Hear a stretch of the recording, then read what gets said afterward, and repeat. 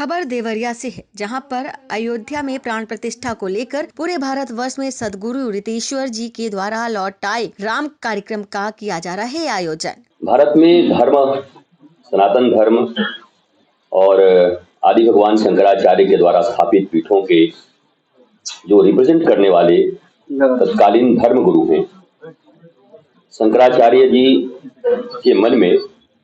जो भी भावनाएं हैं उन्होंने व्यक्त किया है कि धार्मिक कार्य धर्म और शास्त्रों के अनुरूप होने चाहिए। अब ये एक विषय है जिस पर मीमांसा होगी, चर्चा होगी, परंतु मेरा ऐसा मानना है कि 22 तारीख को जो ये महामहोत्सव हो रहा है, 22 जनवरी को, वो महामहोत्सव भगवान राम भारत की आत्मा है और प्राण प्रतिष्ठा का अर्थ ये होता है कि 145 करोड़ भारतीयों के प्राण भगवान श्री राम के चरणों में प्रतिष्ठित होंगे। प्राण प्रतिष्ठा केवल वैदिक रीति ही नहीं है, बल्कि मानवीय दृष्टिकोण से और राष्ट्र के दृष्टिकोण से, धर्म के दृष्टिकोण से भी वेद तो ये कहता है कि भगवान किसी के जूठे नहीं खा सकते। मैं विवाद में नहीं जाना चाहता, लेकिन मैं आपसे बोलता हूं, पर सबरी के जूठे भगवान ने खाए, धन्ना के जूठे भगवान ने खाए, मधुमंगल के जूठे छाछ भगवान श्री कृष्ण पिए। तो ऐसे सैकड़ों उदाहरण हैं जहां पर समस्त नीतियों को, नियमों को छोड़कर भगवान ने भक्तों का पक्ष लिया। और भगवान स्वयं सबरी से कहते हैं कि सुनहु भामिनी मोर एक ही बाता, मानहु एक भगति करनाता। मैं एक ही नाता मानता हूं, एक ही नियम मानता हूं, वो भक्ति का। मुझे लगता है कि 1000 साल की गुलामी के बाद भारत के वैभव का जो अभी समय आया है, 492 साल के बाद राम मंदिर का निर्माण हुआ और उसकी प्राण प्रतिष्ठा हो रही है। ऐसे समय में जब केवल भारत ही नहीं बल्कि पूरी दुनिया में रह रहे सनातनी और मानवता में विश्वास रख रहे वो लोग जो वसुधैव कुटुंबकम की अवधारणा को मानते हैं, वह भी इस प्राण प्रतिष्ठा समारोह महोत्सव से बहुत प्रसन्न है। तो ऐसे समय में विवाद न हो करके संवाद हो और ये महोत्सव खूब अच्छे से हो जाए, ताकि भारतीयों के जो मनोबल हजारों वर्ष की गुलामी से गिरी हुई थी, वो पहली बार ऐसा हो रहा है कि जब हर भारतीय प्रसन्न है, तो प्रसन्नता के समय में प्रसन्नता के राग ही अगर उठें तो ज्यादा बेहतर भारत के लिए, भारतवासियों के लिए, राष्ट्र के लिए और समग्र सनातनी समाज के लिए होगा। जहाँ पे साधु संतों का सम्मान हो रहा है, वही बंगाल में साधुओं की पिटाई हुई है रास्ता पूछने को लेकर। पुरुलिया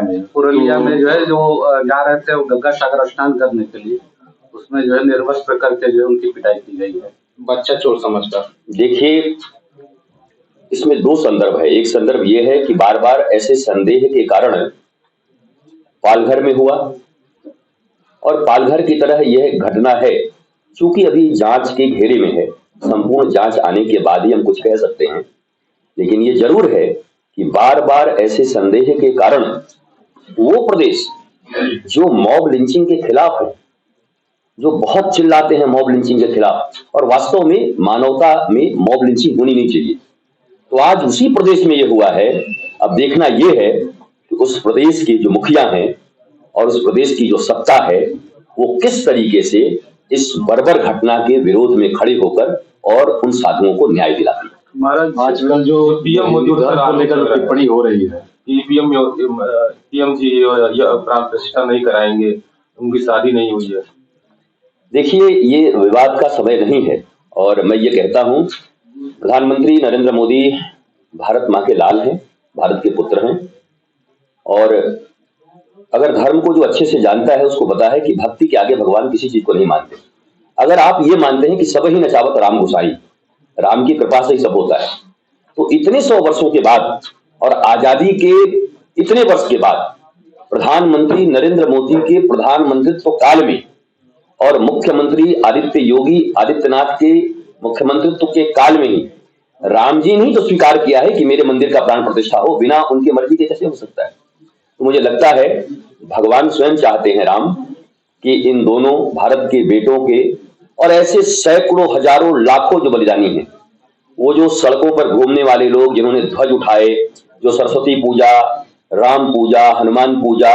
दुर्गा पूजा रखे, जिनको समाज आवारा कहता था, चंदाखोर कहता था, जिन लोगों ने प्रतीकों को जिंदा रखा इस भारतवर्ष में, डाइनिंग टेबल और ड्राइंग रूम वालों ने जिंदा नहीं रखा है। ये वही लोग हैं जिनको बड़ी तिरस्कृत किया गया, समाज ने बड़ा तिरस्कृत किया, लेकिन उन लोगों के कारण भारतीय सनातन के सारे प्रतीक आज जीवित हैं और उनके प्रति भी हम कृतज्ञ हैं। प्रधानमंत्री नरेंद्र मोदी के प्रति भी कृतज्ञ हैं, मुख्यमंत्री के प्रति भी कृतज्ञ हैं, और चाहे वो विहिप हो, जिन लोगों ने राम मंदिर के लिए काम किया है, चाहे वो राष्ट्रीय स्वयंसेवक संघ हो, चाहे वो महाराष्ट्र की तत्कालीन बाल ठाकरे जी की शिवसेना हो, जिन लोगों ने आम भारतीय हो,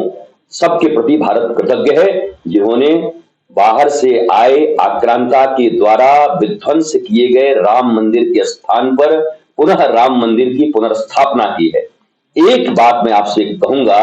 कि जब भी कभी मक्का मदीना की बात चलती है तो इस्लाम की याद आती है, जब कभी वेटिकन सिटी की बात चलती है तो क्रिश्चियनिटी याद आती है, वैसे ही जब अयोध्या, मथुरा और काशी की बात चलती है तो हमें भी राम, कृष्ण और भोलेनाथ याद आते हैं। सिर्फ हमें ही नहीं, फ्रांस में बैठे हुए किसी बच्चे को भी यही याद आते हैं, क्योंकि जनरल नॉलेज और ग्लोबल जो नॉलेज है वो बढ़ चुका है। सबको पता है ये हिंदुओं और सनातनियों का एकमात्र सर्वश्रेष्ठ धर्म स्थल है। ये तो विदेशों के लोग भी जानते हैं, इसमें विवाद कहां है। प्रधानमंत्री जी को अवश्य ही करना चाहिए, क्योंकि वो भारत माँ के सपूत हैं, भारत के प्रधानमंत्री हैं, उन्होंने अपने आप को खपाया है और ये प्राण प्रतिष्ठा करने का अर्थ ये होता है कि राम अब हमारे प्राण बन गए हैं, राम अब हमारी प्रतिष्ठा हो गए हैं, इसको प्राण प्रतिष्ठा बोलते हैं और ये होना चाहिए। देवरिया से ज्ञानेंद्र नाथ मिश्र की रिपोर्ट।